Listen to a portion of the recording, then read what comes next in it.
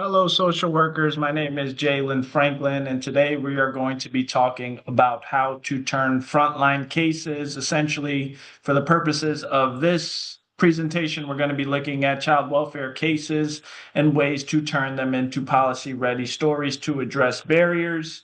Again, barriers in general, but for the purposes of this presentation, we'll look at permanency barriers in child welfare. So what is the policy skill that we're outlining today? So this skill today involves translating frontline cases into policy-ready narratives while utilizing de-identifying and ethically framing those experiences in order to effectively advocate for policy change. It also includes connecting patterns we see in practice to broader systematic barriers. Ultimately, our goal is to use those stories to inform policy decisions. In terms of child welfare itself, we often see reoccurring challenges, things like delays in permanency or placement instability. So this skill allows us to elevate those patterns into policy conversations. When connecting this to policy practice, it plays a key role in agenda setting where often issues gain attention. In terms of advocacy, it is where decision makers are influenced through the stories that we are telling. So social workers are, sort of uniquely positioned to bridge micro level experiences and practice to a broader macro level change, which is a central component of policy practice itself.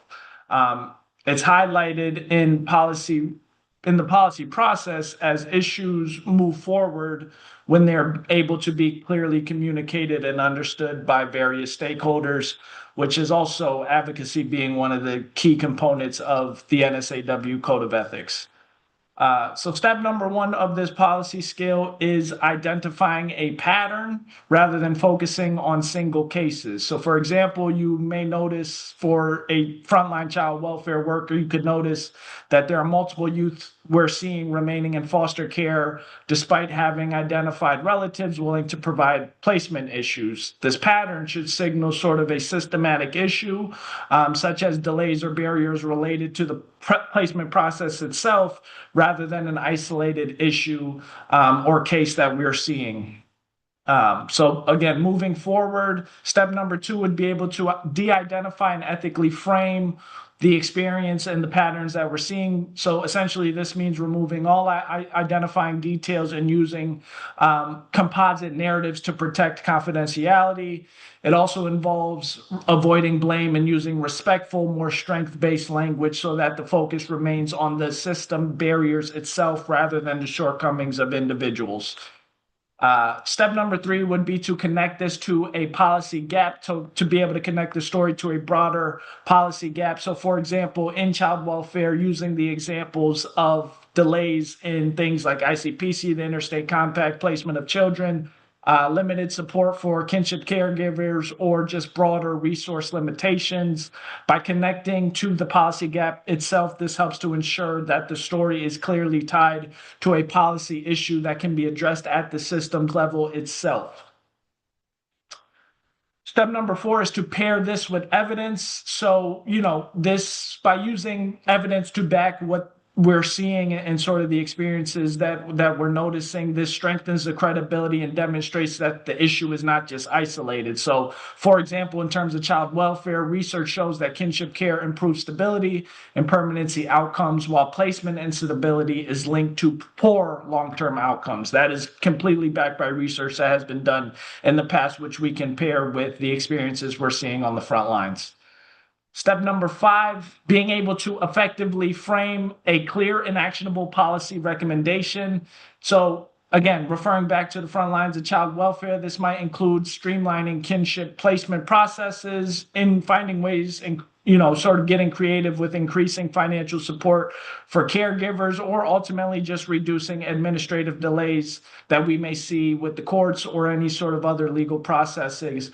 Again, a big part of policy advocacy requires not only identifying the issue, but being able to clearly present the issue and ask exactly what we're trying to change. When looking at a demonstration, I refer back to things we spoke about using de-identifying narratives. and ultimately just highlighting the systematic barrier itself. So, in terms of using child welfare again as an example, child welfare professional worked with several youth who have remained in foster care despite having identified relatives willing to provide placement. However, due to delays in things like interstate compact placement processing, limited financial support for kinship caregivers, ultimately prevented a timely placement. As a result, these youth have experienced multiple placement disruptions while waiting for permanency options to be identified. Our research shows that kinship placements improves stability and long-term outcomes for children. However, due to admin delays and insufficient support, this continues to create barriers for timely permanency. So as highlighted in this example, policy changes that streamline placement processing and increase support for caregivers could ultimately, we feel significantly improve permanency outcomes. A big part of the work we do as social workers is to have ethical considerations. Again, it's a central component to the code of ethics we live by. So this includes protecting confidentiality, which we mentioned earlier. A big piece I feel is to avoid stigmatizing language and trying to work towards more of a strength-based approach and ensuring that, the stories focus on the system barriers itself, again, rather than the individual blame. So this approach would, obviously align with the core social work values, including dignity, worth, and social justice, which are, clearly outlined in our code of ethics. Why this skill matters. It translates policy practice, the practice and experiences we're seeing on the front lines into policy impact. It upholds our code of ethics as social workers, and it centers the lived experience of the clients that we're serving. In this case, it would ultimately hope to promote permanency-focused reform, which is one of the big barriers we're seeing on the front lines even to this day. The key takeaway of this policy skill is frontline experiences are the data. When we're able to effectively communicate them and ethically communicate them, it becomes a powerful tool for change and could ultimately lead to stronger impact. These are my references, and I appreciate everyone's time today.